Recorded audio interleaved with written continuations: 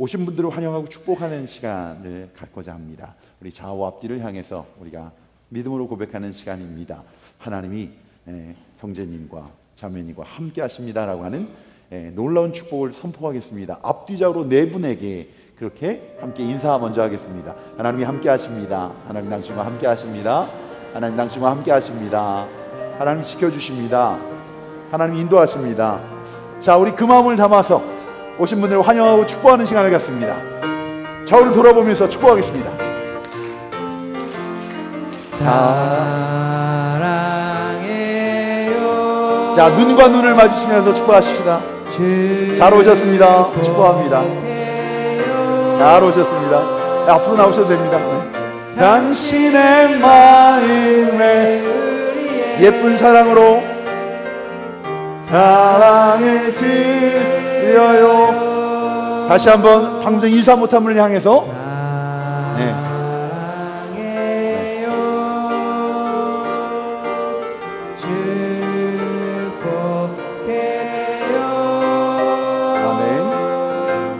당신의 마음에 가장 큰 사랑입니다. 환영합니다. 그리고 축복합니다. 주신 말씀의 자리로 나아갑니다. 시편 13편 1절로 6절까지의 말씀을 우리 한 절씩 교독으로 올려드리겠습니다. 제가 한 절 받들어 봉독하고 여러분이 한 절 받들어 봉독하겠습니다. 양육 간증은 오늘 일부 예배에서 처음으로 간증을 나눴습니다. 이해해 주시기 바랍니다. 여호와여, 어느 때까지니까 나를 영원히 잊으시나이까? 주의 얼굴을 나에게서 어느 때까지 숨기시겠나이까?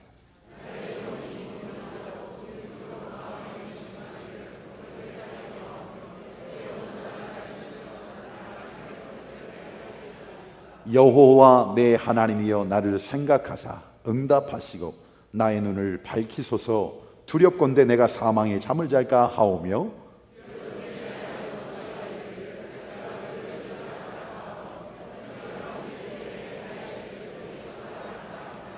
(5절과 6절) 우리 같이 합독하겠습니다. 나는 오직 주의 사랑을 의지하여 싸우니 나의 마음은 주의 구원을 기뻐하리이다. 내가 여호와를 찬송하리니 이는 주께서 내게 은덕을 베푸심이로다. 아멘. 하나님의 말씀입니다. 저희 좀 힘들고 어려운 시간이라고 할 때 저에게 가장 큰 힘이 되는 말씀 중에 한 말씀이 바로 이 시편 13편의 말씀입니다. 이 말씀을 묵상할 때마다 생각나는 한 소설이 있습니다. 우리가 너무나 잘 알고 있는 일본 작가 엔도 슈샤코의 침묵이라고 하는 소설입니다. 17세기에 도쿠가와 봉군 통치에 의해서 자행된 아주 극렬한, 그리고 아주 상상할 수 없는 그 끔찍한 박해를 다룬, 그런 기독교 박해 다룬 역사적 소설입니다. 많은 크리스천들이 이 핍박으로, 박해로, 고문으로 죽어갔습니다.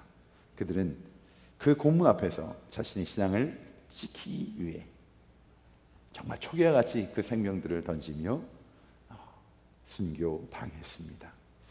그럼에도 불구하고 또 많은 이들은 그 고문의 그 핍박의 아픔들이 너무나 자신의 힘으로는 감당할 수 없어서 그 핍박에 무릎을 꿇고 맙니다.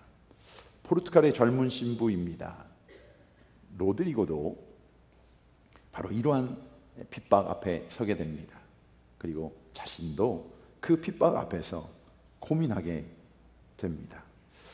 그 순교하는 바로 그 자리, 많은 사람들이 목숨을 잃고 있는 바로 그 자리, 그 자리를 지켜보면서 고백했던 고백의 내용들 중에 이런 부분이 있었습니다.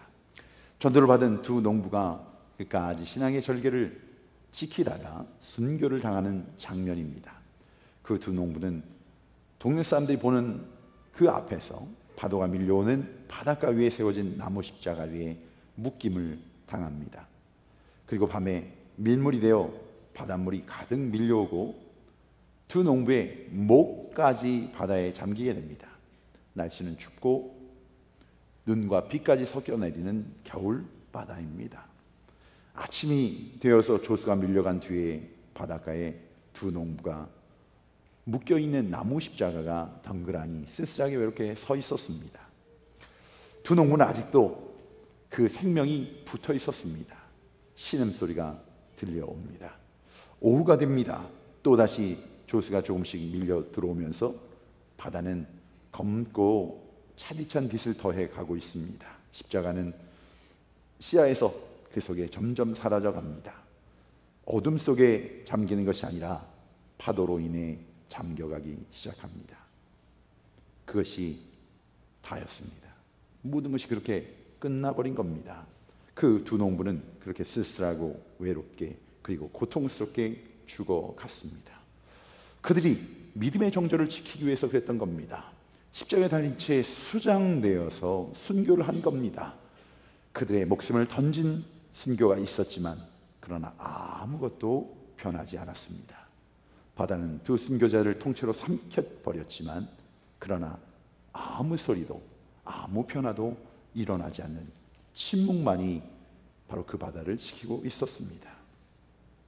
바로 그 장면을 신음하며 소리 놓지 못하고 그 전 과정을 지켜보는 로드리고 신부, 그러면서 그 하나님께 그렇게 기도하는 겁니다. 하나님, 이제는 침묵을 깨셔야 되지 않겠습니까? 이제는 더 이상 잠자코 계시면 안 되는 시간입니다. 주님, 저렇게 선하고 선량한 주의 백성들이 목숨을 걸고 주의 이름을 지키고 있지 않습니까? 주님의 살아계심을 증거해 주십시오. 그러나 하나님은 잠잠하십니다. 로드리고는 도무지 그 하나님의 침묵을 이해할 수 없었습니다. 숨어서 보고 있던 그 신부는 하나님의 침묵을 느끼며 고통스러워합니다. 그리고 절규합니다. 과연 하나님은 이 땅에 존재한단 말인가? 그 하나님이 존재하신다고 한다면 어째서 이렇게 이 고통 앞에서, 이 핍박 앞에서, 이 불의 앞에서 하나님이 침묵하실 수 있단 말인가? 하나님 당신은 도대체 어디에, 지금 어디에 계시는 것입니까? 라고 하는 절규입니다. 사랑하는 성도 여러분, 이런 생각과 이런 느낌, 우리의 삶의 고통과 환난의 시간 속에서 그 고통들이 아주 오랜 시간 동안 우리의 삶을 지속하게 될 때 더욱 심각하게 우리의 고백들이 바로 이런 고백으로 우리의 간절한 호소와 애원에도 불구하고 쉽게 우리의 문제가 해결되지 아니하고 이 고통들이 지속될 때 우리의 확신들이 흔들리기 시작합니다. 그리고 바로 이 고백을 하게 됩니다. 하나님, 도대체 어느 때까지입니까? 어느 때까지여야 됩니까? 오늘 이 시편 13편은 다윗의 고백입니다. 1절과 2절 본문 이 짧은 두 절 가운데 아드 아나라고 하는 그런 고백이 4번에 걸쳐서 반복되고 있습니다. 그 뜻은 How long? 하나님, 주님, 어느 때까지여야 되는 것입니까? 어느 때까지, 언제까지 기다려야 되는 것입니까? 이 고통이 사라지는 것이, 여러분, 우리 삶의 고통 속에서 주변을 돌아볼 때 사방에서 우리를 넘어뜨리고자 하는 참 많은 일들이 일어나고 있습니다. 바로 그러한 위험 속에, 유혹 속에, 시험 속에 우리 자신을 지키기 위해서 할 수 있는 최선의 방법들을 다 동원해 보지만 이 상황들은, 형편들은, 고통들을 전혀 바뀌지 않고 도리어 더 어려워지기만 합니다. 그래서 마음의 평안을 잃어버립니다. 기쁨이 사라져버리고 말합니다. 하나님께 나아가는 그 예배의 즐거움들이 사라져버렸습니다. 어찌 보면 항상 염려와 근심이 떠나지 않습니다. 밀려드는 고민이 하루에서 끝나는 것이 아니라, 한 번에서 끝나는 것이 아니라 그 시간들이 계속되고 있습니다. 여러분, 우리 23편 이 시편을 읽으면서 어떤 이들은 마치 자신의 모습을 바라보는 것 같은 그런 마음을 가지시리라 생각합니다. 마치 넋두려 같은 이 다윗의 기도가 어쩌면 나의 기도처럼 여겨지지는 않으십니까? 지나간 시간들, 악몽 같은 그 시간들이 불현듯 생각이 나지는 않으십니까? 바로 그때 다윗처럼 우리도 절규하고 있지는 않습니까? 하나님, 어느 때까지입니까? 물론 그 고통이 오래된 질병일 수 있습니다. 재정적인 문제일 수 있습니다. 자꾸만 삐뚤어지는 자녀의 문제일 수도 있습니다. 우리를 우겨싸이는 관계의 문제일 수도, 나의 자신의 연약함의 문제일 수도 있습니다. 그러나 이 고통들이 이유는 어떠했든지 너무나 오랫동안 지속되어서 해결될 가망이 전혀 없어 보이던 바로 그러한 때, 바로 그때 느껴지는 우리의 연약함이 바로 인간의 실존입니다. 그럴 때 우리가 하는 노력이라고 하는 것이 얼마나 헛된 것인지를 알게 되는 것이 우리가 살아가는 이 땅의 또한 모습이기도 합니다. 바로 그때 고백하는 우리의 그 한숨과 단식이 바로 이 다윗의 고백. 아드 아나, 하나님 어느 때까지입니까? 오늘 이런 단식의 시를 쓰게 된 다윗의 배경을 정확하게는 알 수가 없습니다. 그의 아픔이 무엇이었을까? 많은 주경학자들이 연구를 합니다만 육신의 질병이었을 것이라는 이야기가 가장 많은 지론이기도 합니다. 근데 이 육신의 질고가 아주 오랜 시간 지속된 겁니다. 그 고통이 너무나 아프고 힘든 시간들이었다고 하는 겁니다. 바로 그러한 역경 가운데, 고통 가운데 써내려간 단원시입니다. 그런데 이 단원시를 자세히 묵상해 보면 아주 놀라운 사실을 발견하게 됩니다. 그 시작은 바로 이 단식에서 시작합니다. 그러나 그 단식이 거기서 끝나지 않습니다. 기도로 바뀌어집니다. 그 기도는 그 입술의 고백이 변화되는 놀라운 축복이 일어납니다. 하나님을 찬양하는 찬양시로 바뀌어지는 오늘 이 13편은 우리의 삶 속에서 바로 이 고난과 역경 속에 우리의 힘과 우리의 능력으로는 감당할 수 없는 이 무거운 짐 속에서 하나님께서 다윗을 통해 어떻게 역사하셨는가, 이 절망의 탄식에서, 이 슬픔의 탄식에서 그것이 변하여 기쁜 찬양이, 기쁜 노래가 하나님을 드려지는 그 섬김의 모습이 되어지는 바로 이것이 어떤 것인가를 오늘 말씀을 통해 우리 자신을, 우리의 현주소를, 우리의 신앙의 모습들을 발견하고 또 깨닫는 시간이 되기 소망을 가지고 이 말씀을 나누려고 합니다.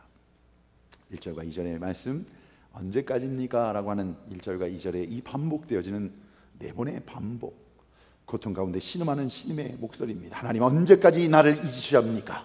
나를 영영 잊으셨습니까? 언제까지 나를 외면하시렵니까? 이 고통과 이 시련을 언제까지 견뎌야 하는 것입니다.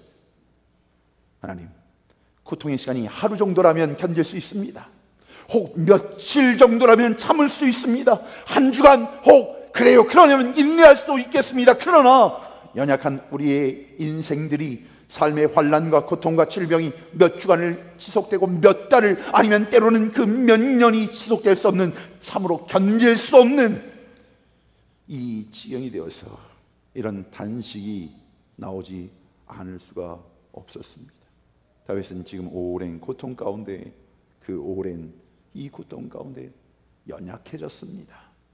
너무나 괴로운 상황이 지속되면서 마음 한구석에 바로 하나님마저 나를 버리신 것은 아닐까 하는 그런 마음이 들기 시작한 겁니다. 아무리 기다려도, 아무리 기다려도 그 하나님의 응답하심을 체험하지 못하는, 그래서 그것이 절망 속에서 단식이 그의 마음과 입에서 거침없이 쏟아져 나오는 것이 바로 오늘 본문의 1절과 2절의 말씀입니다. 다윗이 이런 단식을 하게 된 이유가 무엇일까를 우리가 얻음하는 것이 2절에 있는 말씀, 그 2절에 보면 원수라는 단어를 여러분이 눈여겨보셔야 됩니다. 원수라는 말이 오늘은 단수로 써져 있습니다. 여러 가지 이유는 아니었던 것 같습니다. 근데 이 원수가 사람을 지칭하는 것인가?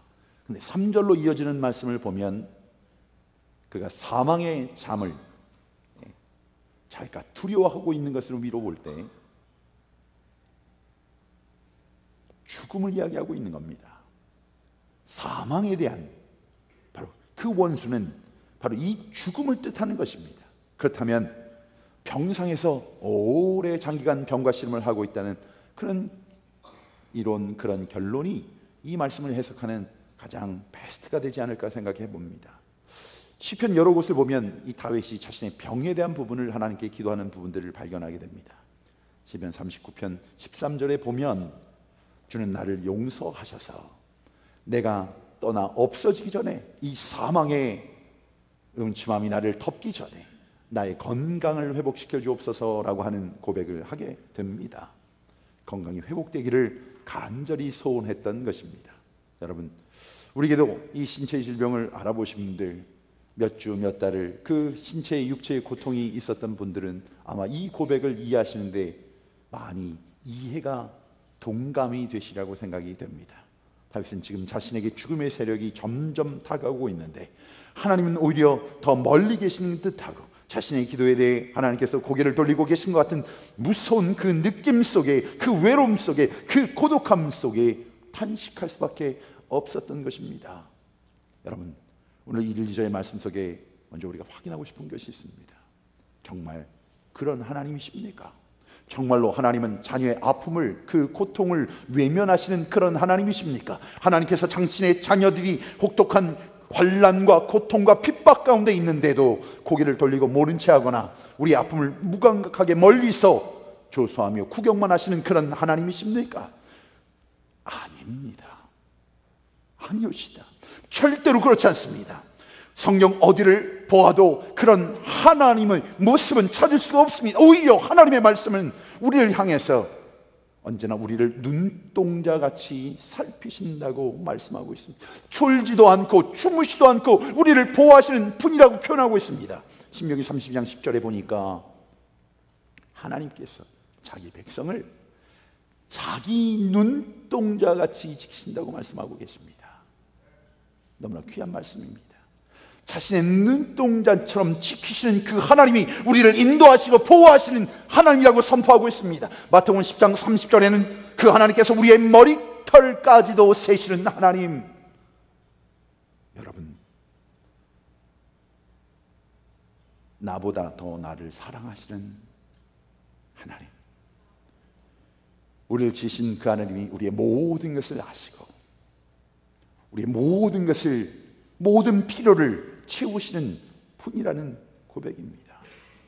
바로 그 하나님은 우리를 구원하시기 위하여서 하나밖에 없는 그 외아들 예수 그리스도까지 십자가에 내어주시지 않으셨습니까?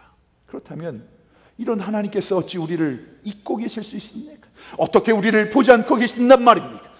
그래서 하나님께서 이사야 선지자를 통하여 우리에게 반문하고 계십니다. 시온아, 이스라엘아, 하나님의 자녀들아, 여호와께서 나를 버리시며 주께서 나를 잊으셨다 너희가 말아 고백하고 있거니와 여인이 그 젖먹는 자식을 잊겠으며 자기 태에서 난 아들을 긍휼히 여기지 아니하겠느냐. 혹시 그들은 혹시 잊을지라도 나는 너를 잊지 아니할 것이야.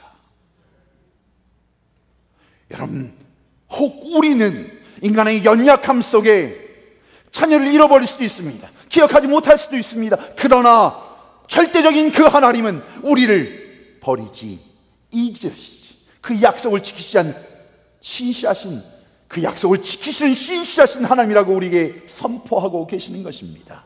오늘 다윗이 단식하였듯이 우리의 삶 속에 고난과 역경 중에서 때로는 이렇게 하나님께서 멀리 계시는 것 같은 삶을 살 때가, 우리를 외면하시는 것 같은 그 삶의 정황들이 우리의 느낌으로, 생각으로 다가오는 것이 사실입니다.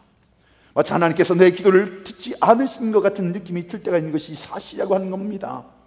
그러나 여러분, 이 시간 우리가 분명히 알아야 되는 것, 우리가 그렇게 느낀다고 하더라도 하나님께서는 우리를 멀리 하시거나 외면하시는 하나님이 아니시라고 하는 약속의 말씀입니다. 때로는 우리 죄로 인해서 우리를 사랑하시는 그 하나님께서 우리가 잘못할 때 사랑의 매를 드시는 경우도 있습니다. 그런 모습이 때로는 우리에게는 하나님이 우리의 기도를 외면하시는 것처럼 보일 때도 있습니다. 시편 66편에 보면 18절에 이런 고백이 있습니다. 우리 잘 알고 있는 말씀인데 우리가 죄악 가운데 있으면 하나님께서 우리의 기도를 듣지 않으신다라는 그런 말씀입니다. 여러분, 우리 자녀들이 그래요, 잘못을 저질렀을 때 여러분 어떻게 징계하십니까? 사랑하는 자녀를 징계한다고 했습니다. 왜? 잘못된 그 길로 계속 가서는 안 되기 때문에. 예전에 저희 아버님이 제가 기억나는 2번, 국민학교 때 한 번, 초등학교죠 지금은, 그 다음에 대학교 때 한참 데모하고 다닐 때 2번 제가 하여튼간 아버님께 제대로 혼난 기억을 가지고 있습니다.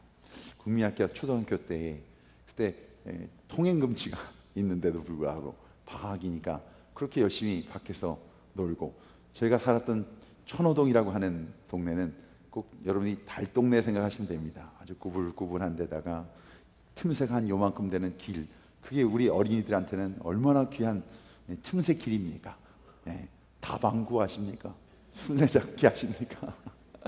그렇게 재미난 그런 시간들을 보내고 집으로 돌아왔는데, 아버님 그렇게 약속을 하고 늦지 않게 돌아온다고 했는데, 놀다 보니까 또 그렇게 제가 한때 그렇게 놀았던 사람입니다. 늦게 돌아왔는데 아마 따끔하게 저를 혼내시려고 했던 것 같아요. 다시 집 밖으로 쫓아내신 거예요. 집에 들어올 수 없다. 그 어린 나이에 얼마나 제가 겁에 질렸는지 그렇게 울었나 봅니다. 다시는 안 그러겠다고. 그런데 그 아버님께서 문을 닫고 들어가셔서 다시는 문을 열어주지 않았다면 그 아버님이 내 아버님이시겠습니까? 내 어린 나이에 아마 지쳐서 곤하게 때문에 기대어 있었는지도 모르겠습니다. 그런데 나중에 보니까 어머님 아버님은 그 자리를 떠나신 적이 없다고, 참 많은 예화 속에 듣는 얘기가 저의 삶 속에서도 그런 아버지의 사랑을 느낄 수 있었던 때가 있었습니다. 우리가 죄를 졌을 때 오늘 성경은 우리에게 그렇게 얘기합니다. 그 죄는 우리의 기도를 하나님이 들으실 수 없게 만든다고 하는 이야기. 그러나 그 말씀은 거기서 끝나지 않습니다. 그 말씀이 19절로 이어지면서 선포되어지는 말씀은 그 주님께서 죄 가운데 있는 나의 고백, 그러나 하나님이 실로 들으셨으며 내 기도 소리에 주의하셨도다. 오히려 닫혀진 문 뒤쪽에는 아버지의 들리지 않는 그 숨길 속에서 이 아들이 무엇을 하고 있나, 혹시나 떠나가는 건 아니나, 아파하는 건 아니나, 잘못되는 건 아니나, 귀를 기울이고 있는 아버지의 모습처럼 하나님은 죄로 인하여 그 기도를 들을 수 없다고 하는 그 선포 뒤에 말씀하시는, 바로 우리의 연약함이 있는 그곳에, 넘어짐이 있는 곳에 하나님의 은혜도 함께, 그 하나님의 사랑도 함께, 하나님의 기다리심도 함께, 하나님의 찾아오심도 함께, 하나님의 용서와 사랑도 함께 있음을 우리에게 말씀하고 있는 것입니다. 사랑하는 성도 여러분, 하나님께서 실로 우리의 간구를 어느 때라도 듣고 계신 하나님이심을 믿고 계십니까? 이 고난 속의 역경 속에서도 그러하기에 끊임없이 그 하나님을 향한 고백이, 그 기도가 멈추지 말아야 될 이유가 바로 여기에 있는 겁니다. 우리의 탄식의 고백이라 할지라도 그분을 바라보십시다. 이 탄식이 변해지고 있습니다. 1절의 이 탄식은 3절과 4절로 이어지면서 기도의 고백으로 바뀌어지고 있습니다. 3절에 보니까 여호와 내 하나님이여 나를 생각하사 응답하시고 나의 눈을 밝히소서. 두렵건대 내가 사망의 잠을 잘까오며, 두렵건대 나의 원수가 이르기를 내가 저를 이겼다 할까오며, 내가 유동될 때에 나의 대적들이 기뻐할까 하나이다. 다윗은 지금 나의 눈을 밝히소서라는 그 기도의 고백으로 나아가고 있습니다. 눈을 밝힌다고 하는 것은 성경에 2가지 의미가 있습니다. 첫째는 성경에는 사무엘상 14장 27절에 보면 그 눈을 열었다라고 하는 그 고백은 건강이 회복되어진다라는 히브리적인 표현입니다. 나의 눈을 열어달라고 하는 것은 육체의 이 병을 치유해달라는 그 기도의 고백입니다. 그러나 또 한 가지는 그의 영혼의 눈도, 믿음의 눈도 밝게 해달라고 하는 그 고백이었습니다. 어려운 환경, 병고에 찔려 약해져 가고 있는 자신의 영혼과 믿음을 위한 기도였습니다. 스폴전의 고백 속에서, 이 강해 속에 이렇게 선포하고 있습니다. 다윗이 그의 믿음의 눈을 회복시켜달라고 기도하였다고 해석하고 있습니다. 사랑하는 성도 여러분, 육적으로도 영적으로도 사망의 잠을 자지 않도록 우리의 눈을 열어달라고 하는 이 기도가 우리의 기도가 되기를 주의 이름으로 축원합니다.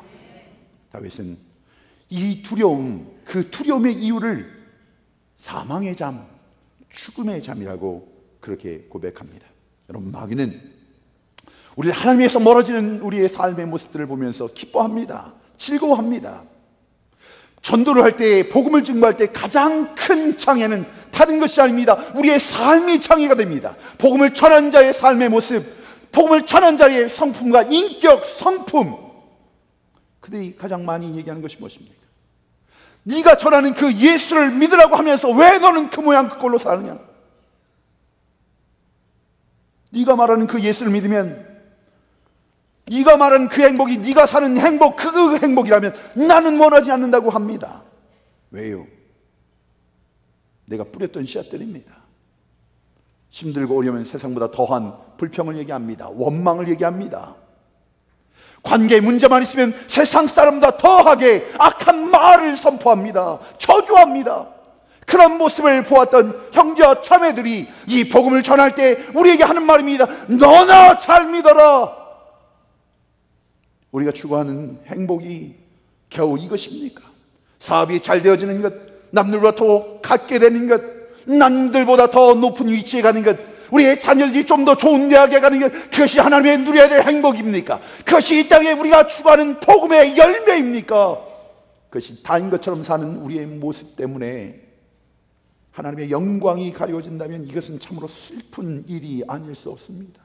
다윗은 그래서 자신의 사망의 잠으로 말미암아 하나님의 영광이 가려질까 봐 자신의 영육간의 강건을 위하여 간절히 기도하고 있습니다. 여러분, 오늘 우리는 어떻습니까? 오늘 우리도 하나님의 영광을 가리는 그런 삶을, 행동을, 모습은 우리 안에 있지는 않습니까? 다윗 같은 기도의 자리로 나아가는 겁니다. 우리 모든 기도의 최종적인 목표는 하나님의 영광이어야 한다는 것입니다. 지금 무엇 때문에 그 기도를 하고 있습니까? 여러분, 건강을 위해 기도하고 계십니까? 건강하고자 하는 그 목적이 무엇입니까? 여러분의 사업이 잘 되기를 위해 기도하고 계십니까? 여러분의 그 사업이 잘 되기를 원하는 목적이 무엇입니까? 이유가 무엇입니까? 자녀를 위해 기도하고 계십니까? 그 자녀를 향한 그 바람과 기대의 그 마지막은 무엇입니까? 무엇 때문에 그 기도를 하고 계시냐고 하는 질문입니다. 사망의 잠, 사랑하는 성도 여러분, 하나님은 우리를 하나님의 형상을 따라 하나님의 생기를 불어넣어 주셨습니다. 우리에게 하나님의 영적인 존재로 하나님과 교제함으로 살아가는 인생의 모습을 창조하셨다는 겁니다. 그런 하나님의 사람들이, 그런 영적인 존재가, 영적인 교제가 우리 안에 상실된다면 그 하나님의 모습이, 그 하나님이 주신 그 성령의 역사하심이, 그 교제와 교통이 우리에게 상실된 이 땅에서 가장 초라한 모습으로 살아가는 사람이 되고 말 것입니다. 사망의 잠은 이 영적인 모습을 상실해가는 것을 이야기하는 것입니다. 고통스러운 상황이 지속되므로 여호와께 대한 신앙을 잃어버린 겁니다. 그 영혼이 점점 죄와 어둠 가운데 깊이 빠져 혼미하게 죽어가는 것을 이야기하는 겁니다. 낙심해서 끝나지 않습니다. 체념으로 이어집니다. 사망에 점점 그 늪에 빠지기 시작하면 그 영적인 그 고백들이, 생활들이 나태해집니다. 얼마나 많은 이유들이 하나님 앞에 나아가는 것을 방해하고 있는지 아십니까? 그 나태는 나태해서 끝나지 않습니다. 결국은 하나님과는 관계없는 인생, 입술의 고백은 남아있을지 몰라도, 그 행함의 모습은 남아있을지 몰라도 다 잃어버리고 마는 겁니다. 다윗, 얼마나 영적인 사람이었습니까? 모든 이스라엘 백성들이 그 환경과 그 모습을 보며 벌벌 떨었던 골리앗 앞에서도 그는 조금도 두려워하지 않았습니다. 너는 칼과 창과 단창으로 내게 오거니와 나는 만군의 여호와의 이름 곧 내가 모욕하는 이스라엘 군대의 하나님의 이름으로 내게 나아간다고 선포했던 자입니다. 세상의 것들을 의지하지 않았습니다. 함께 계신 하나님을 의지했던 사람입니다. 그런 다윗이 지금 두려움을 고백하고 있습니다. 두렵건대 내가 사망의 잠을 잘까 하오며. 우리로 하여금 사망의 잠을 자게 하는 요인이 무엇이든 간에 이 잠에 빠지게 되면 이 땅을 두려워하게 됩니다. 오늘 하루를 두려워하며 살게 됩니다. 염려하며 근심하며 걱정하며 원망하며 미워하며 사는 이 땅에, 이 저주받은 땅에 그 뿌리를 먹으며 살아가게 된다고 하는 겁니다. 삼손에게는 큰 힘이 있었던 장수였습니다.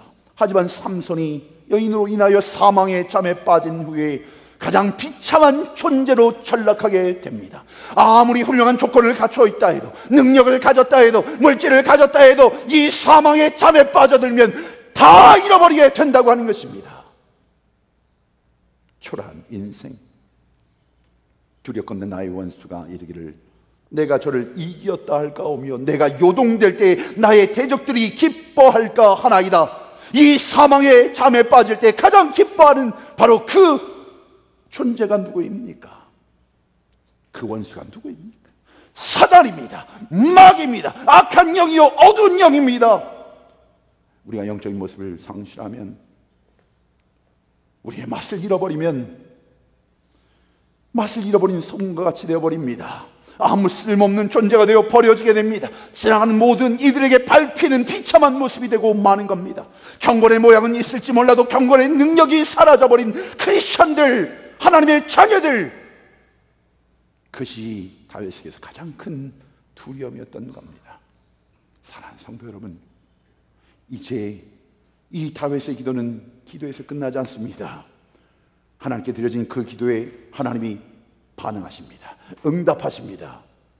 3절에 나를 생각하사 응답하시고 나의 눈을 밝혀주십시오 라고 기도에 하나님의 응답하심이, 여러분 환난 중에 기도는 능력이 있습니다. 야고보서 5장 16절은 의인의 간구는 역사하는 힘이 많으니라. 그 운명을 바꾸는 역사, 그 능력이 탄식이 찬성으로, 그 절망이 기쁨으로 소망으로 바뀌어지는, 드디어 다윗의 탄식이 기도를 거쳐서 하나님을 찬양하는 찬양의 모습으로 바뀌어집니다. 여러분, 여기에 기도의 비밀이 숨겨져 있는 겁니다. 여기에 바로 기도의 은혜와 축복이 숨겨져 있는 겁니다. 우리가 진심으로 인내하는 가운데 믿음으로 기도하며 주님 앞에 나아갈 때, 우리가 기도할 때 하나님께서 우리에게, 하나님이 하나님 되심의 역사는 바로 환경에 먼저 일어나는 것이 아닙니다. 그 문제에 먼저 일어나는 것이 아니라 바로 그 기도하는 기도의 당사자 그 자신에게, 나에게 먼저 변화가 일어나기 시작합니다. 문제를 가지고 기도하는데 그 문제의 원인이 다른 데 있는 것이 아니라 내 안에 있음을, 나의 삶 속에 있음을, 나에게 있음을 깨닫게 됩니다. 그래야 먼저 내가 변하게 되는 겁니다. 그 관계 속에 나의 모습을 비춰보게 됩니다. 내가 아직 깨닫지 못했던 것, 바라보지 못했던 것, 감사하지 못했던 것들을 깨닫게 됩니다. 그래서 비록 아직 문제는, 환경은, 그 어려움은, 고통은 아직 있을지라도 우리의 입술에서 찬양이 흘러나오게 되는 것입니다. 다윗이 고통 중에서도 찬양할 수 있게 된 것, 그가 기도하는 중에 바로 이러한 은혜를 체험한 겁니다. 그 사실을 깨닫게 된 겁니다. 내가 지금까지 이곳까지 오게 될 수 있었던 것, 이것은 나의 힘과 나의 능력이 아니라 하나님의 인도하심과 하나님의 보호하심이 없이는 내가 이 자리에 설 수도 없었다는 것을 깨닫게 된 겁니다. 기억하게 된 겁니다. 그가 기도하기 시작하였을 때 하나님께서 그의 영의 눈을 열어 주셔서 밝게 하시니까 지금까지 자기가 살아온 그 삶의 모습들이 보여지게 됩니다. 그 자국자국마다, 발걸음 발걸음마다 하나님의 보호하심과 인도하심이 없었던 적이 없었습니다. 그러자 그의 입술에는 그 하나님을 바라보면서 찬양이 넘쳐나오기 시작합니다. 아, 하나님께서 지금까지 나를 이렇게 지키시고 인도해 주셨구나. 사랑하는 성도 여러분, 우리의 삶을 조금만 돌이켜 보십시오. 이 시간, 이 순간까지 오는 이 시간까지 하나님의 인도하심과 하나님의 살펴주심과 하나님의 지켜주심이 없이 어찌 우리가 이 자리에 있을 수 있었겠습니까? 하나님 앞에 감히 설 수 없는 다윗, 그가 어떤 죄를 저질렀습니까? 남의 아내를 빼앗았습니다. 그리고 자신의 충성을 다했던 그의 남편 우리아를 최전망에 내보내서 죽게 만든 살인죄를 범하였습니다. 그런데 하나님께서 그의 자백을 들으셨습니다. 그의 간구함을 들으셨습니다. 그의 회개를 들으셨습니다. 그리고 그를 용서해 주셨습니다. 다윗이 기도하는 가운데 자기가 어떤 인생을 살았는지, 어떤 은혜를 받았는지를 깨닫게 된 겁니다. 그 하나님이 나와 함께 계시는데 그 자비하심과 그 긍휼하심과 그 은총이 없었던 일, 내가 이곳에 이 자리에 있을 수 있더란 말인가. 우리의 삶의 가장 큰 축복은 내가 주인이라는 것을 깨닫게 되었을 때, 그 하나님의 구속하신 구원받은 하나님의 자녀의 이 축복은 우리에게 그 어떤 이 땅의 기적부, 그 이 땅의 어떤 축복과도 바꿀 수 없는 은혜임을 고백하게 되는 겁니다. 과거로부터 지금까지 인도해 주신 하나님, 그는 6절에서 그렇게 고백하고 있습니다. 그가 나를 후대하시미로다. 그가 나를 인도하시미로다. 이 말씀은 문법적으로는 현재 완료형으로 쓰여지고 있습니다. 이 현재 완료형이라는 것은 그 과거에서부터 현재까지 다윗의 인생 속에 살아오는 동안 그를 풍성한 은혜 가운데 지켜주시는 가운데 바로 지금 이 순간까지도 그 하나님의 약속은, 그 하나님이 함께 하시면 오늘 그 약속은 지켜지고 계심을 선포하고 있는 고백입니다. 다윗의 입술 속에 바로 이 찬양이 흘러나오기 시작한 겁니다. 바로 지금 이 순간에 변한 것은 하나도 없습니다. 비록 자신의 병이 갑자기 나은 것은 아닙니다. 비록 고통과 시련이 사라진 것이 아니었습니다. 그럼에도 불구하고 이 놀라우신 은총을, 그 영의 눈을 뜨고 이 환난, 이 핍박, 이 죄악 중에서 나를 건지신, 바로 나를 인도하신 그 하나님을 확신하는 바로 그 순간, 그 모든 것이 이미 편해 있는 것입니다. 그 단식은 기쁜 찬송으로 고백되어지고 있습니다. 사랑하는 성도 여러분, 이것이 바로 세상 사람이 알 수 없고 이해할 수 없는 변화요, 은총이요, 축복인 것입니다. 이 놀라운 변화는 하나님의 그 은혜 가운데서 살면서 그 은혜를 깨달은 사람들만이 누릴 수 있는 축복인 것입니다. 그 고난이 아직 내 삶 속에, 그 관계의 문제가 상처가 되어 나를 아프게 하는 그 상처들이 눈만 감은 나를 괴롭힌다 하여도, 그 육신의 질고들이, 그 우겨싸움들이 나를 붙잡고 있다 하여도, 사랑하는 성도 여러분, 오늘 그 하나님을 바라보십시다. 우리의 삶 가운데 이해할 수 없는 삶의 역경 가운데 처하신 분이 이 자리에 있지는 않습니까? 너무나 오랜 시간 동안 애쓰며 수고하지만 해결되지 않는 문제로 인하여 고통하고 있는 지체들이 또 있지는 않습니까? 오늘 다윗처럼 아나, 하나님 언제까지여야 됩니까? 이제는 하나님께 기도하기조차도 포기하려고 하는 분이 계시는 않습니까? 사랑하는 교회 여러분, 성도 여러분,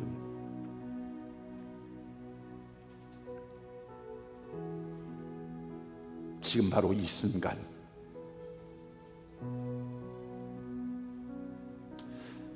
평생을 믿었어도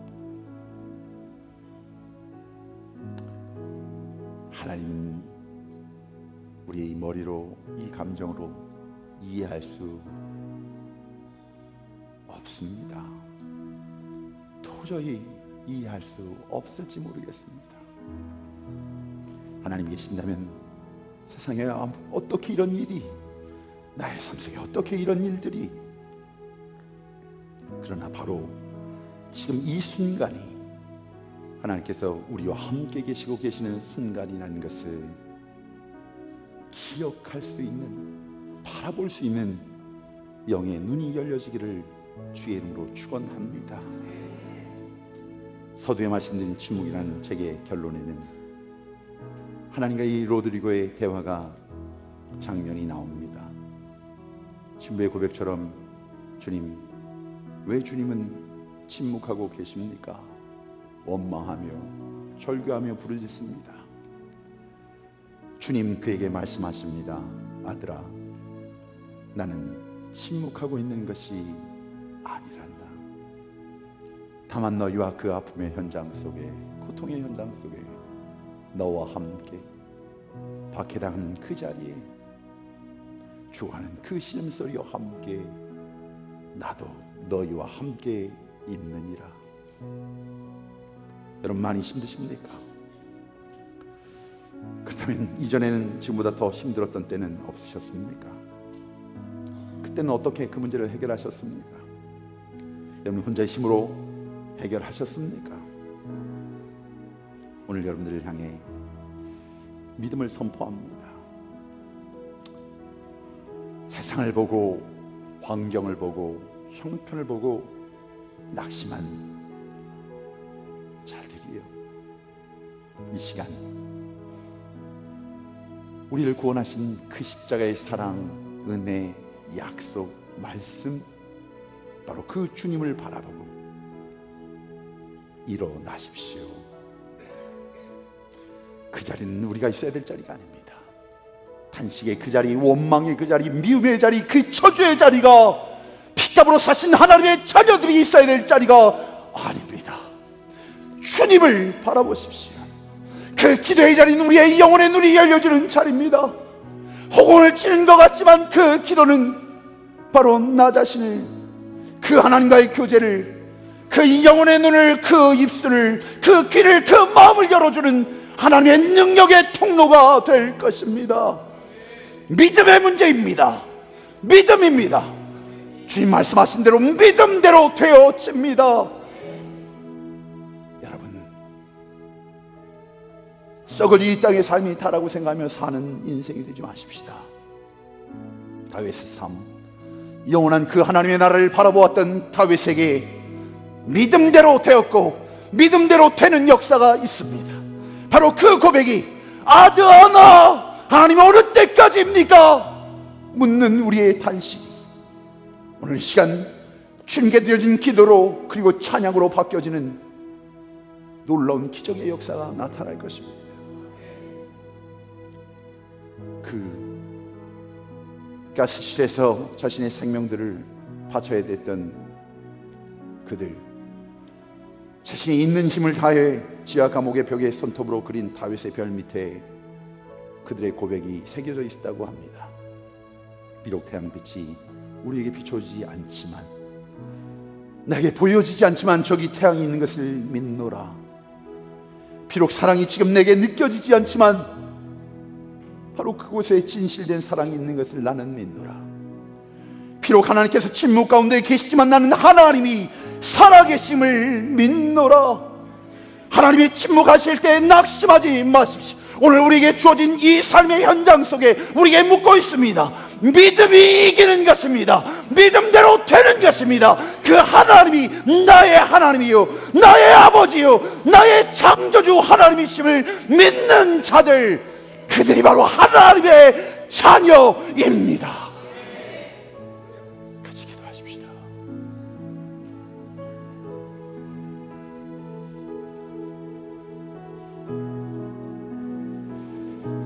주님,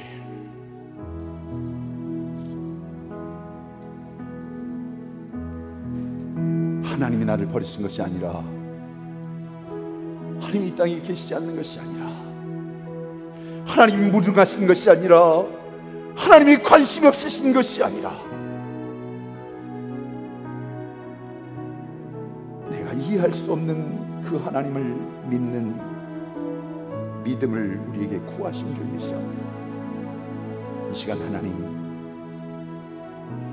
다윗의 이 고백이 우리의 고백이 되기를 원합니다. 나는 오직 주의 그 놀라운 사랑, 그 은혜를 의지하여 싸우며 나의 마음은 주의 구원을 기뻐하리이다. 내가 여호와를 찬송하리니 이는 주께서 내게 은혜를, 은총을, 인도하심을, 승리케 하심을 베푸심이로소이다. 믿음대로 되어지는 축복으로 임하여 주시옵소서. 예수님 이름 받들어 축복하며 기도드렸나이다. 우리의 믿음의 고백을 헌신의 찬양으로 함께 하며 헌신하겠습니다. 우리 가사를 생각하면서 함께 찬양하면 참 좋겠습니다.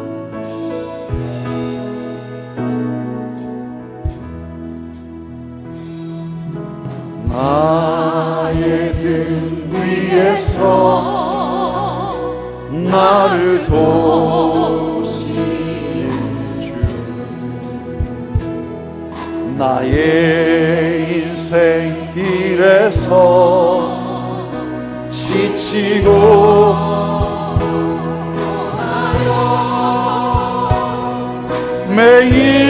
매일처럼 주저앉고 싶을 때 나를 밀어주시네. 아멘 아멘 아멘.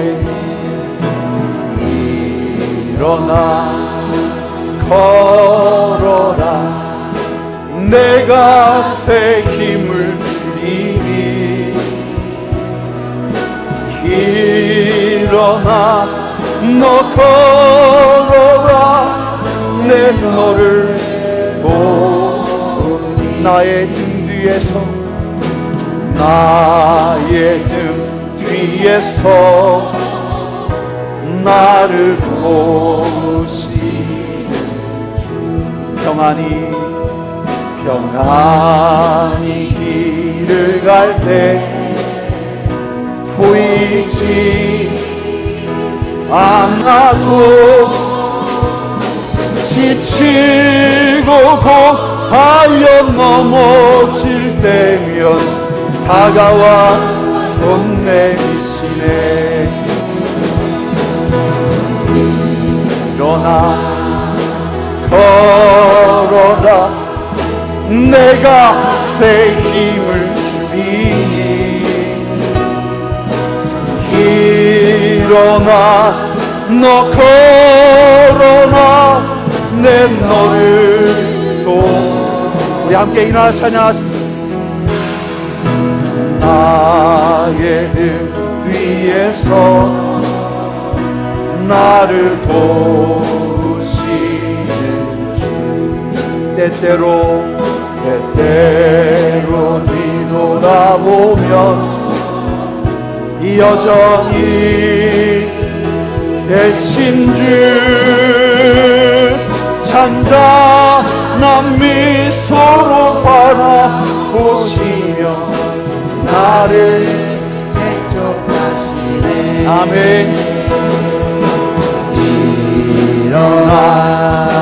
일어나라 내가 새 힘을 주리.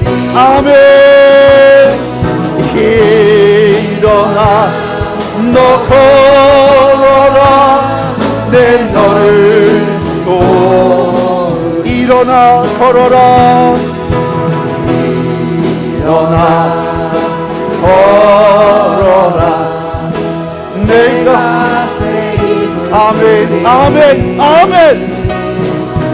일어나 너 걸어라 내 너를 보리.